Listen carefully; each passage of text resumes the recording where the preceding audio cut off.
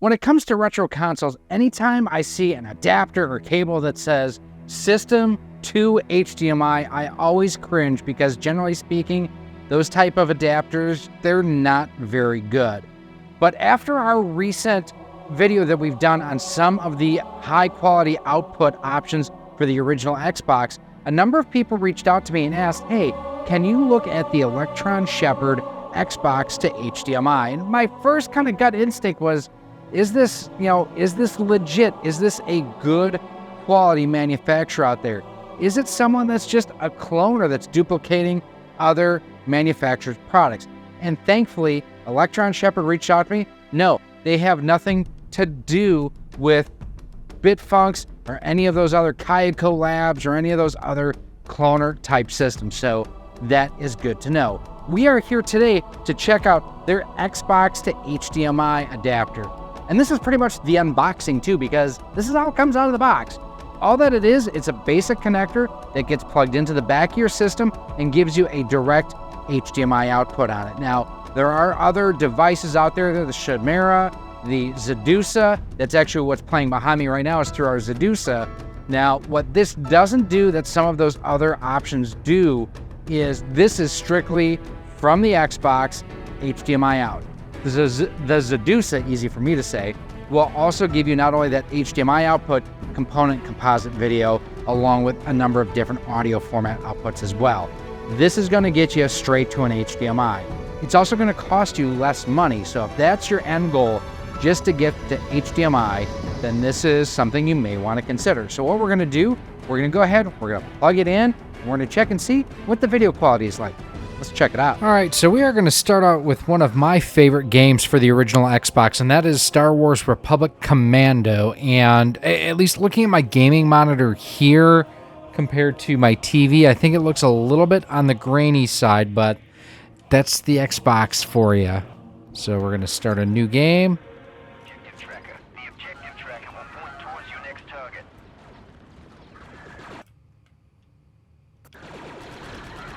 So I gotta say, overall responsiveness is pretty good on this. I think it looks decent. I think that the game actually looks quite a bit better than what the title screen did.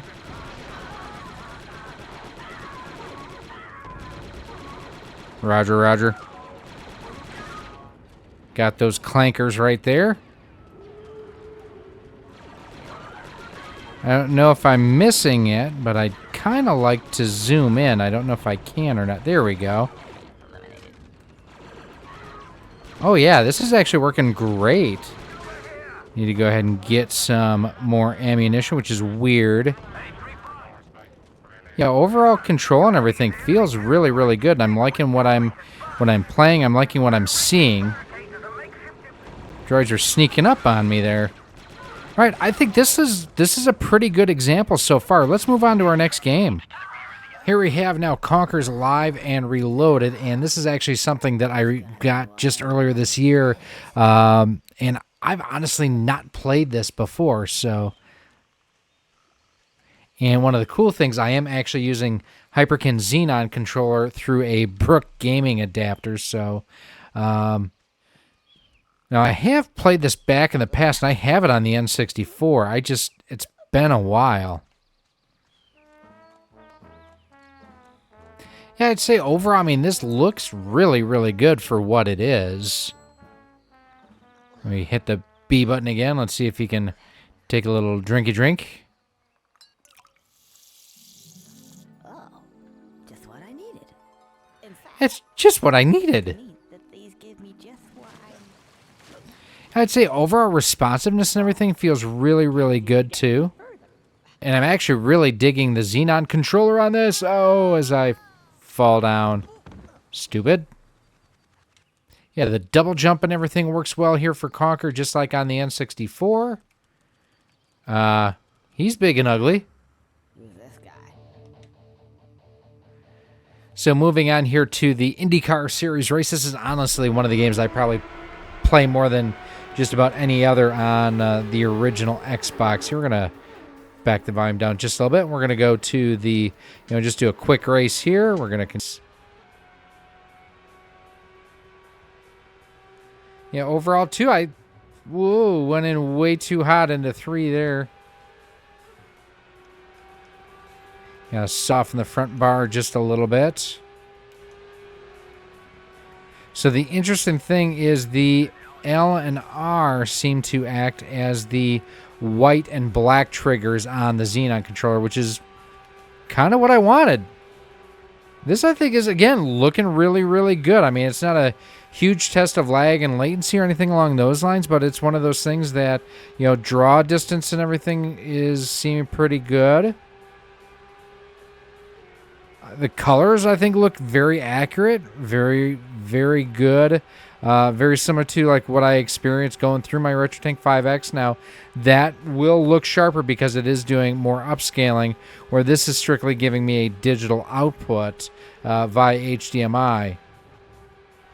All right, I am very happy with how this is working.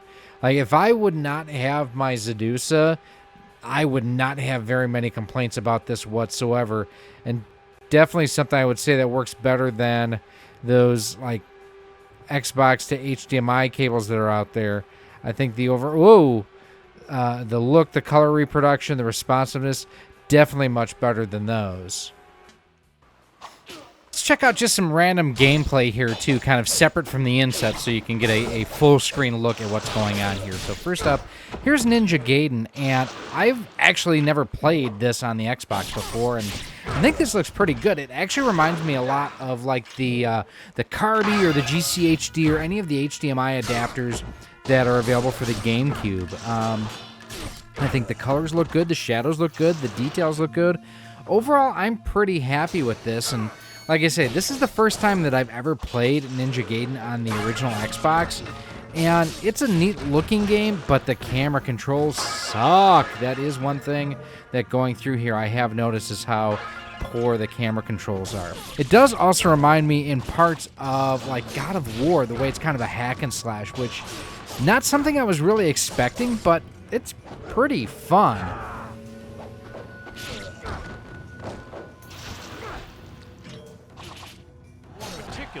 Next, how about some Madden 2005, where we're going to go ahead and play as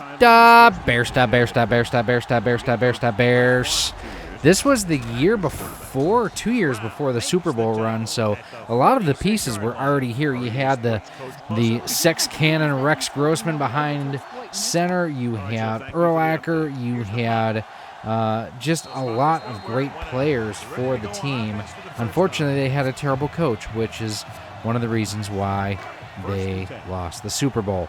But overall, too, I think this looks and sounds great. And, man, I got to admit, I miss hearing John Madden doing the call here during the gameplay and whatnot. This really brought back memories.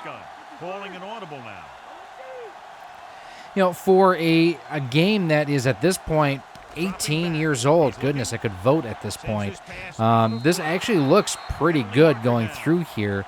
And, I mean, I've played Madden 05 on my PlayStation. I think it was the PS2, actually, at this point that I had it on. So these graphics have actually surprisingly held up pretty decently. Finally, here is Doom 3, and I have to admit, I have never played this. This, again, I think looks decent enough. Very much reminds me of just games of this era. I have no real complaints overall of, you know, the way that this is looking, playing, or controlling as we go through here. You know, shadows and everything look as they should. The overall play control feels decent. I'm not feeling any, you know, lag or latency or delay or anything like that. Come on, you.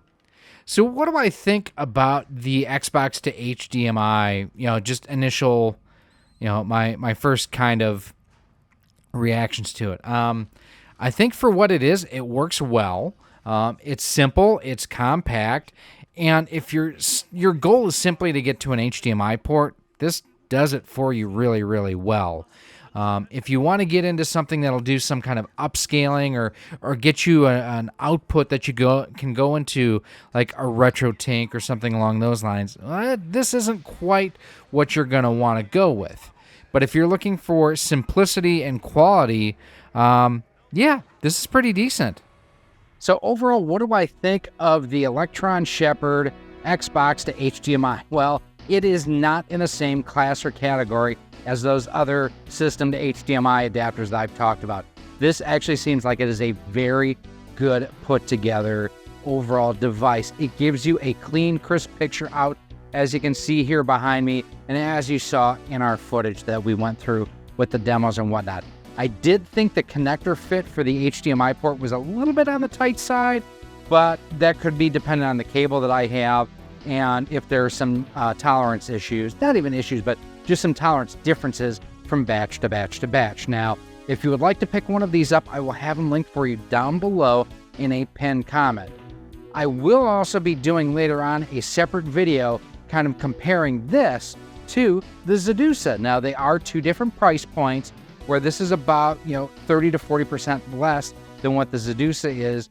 They both kind of have their issues, and it's not even an issue, but getting them between the Bahar brothers and Electron Shepherd, these are high demand items. I will say from the time I placed my order to when I got mine was about 6 to 8 weeks roughly. But it was even longer for my Xedusa, so there is that. This will only give you HDMI output, which if that's all you're looking for, terrific. That is one benefit of the Xedusa, is it does have component video output, so you can go into something like the RetroTank 5X like I have here.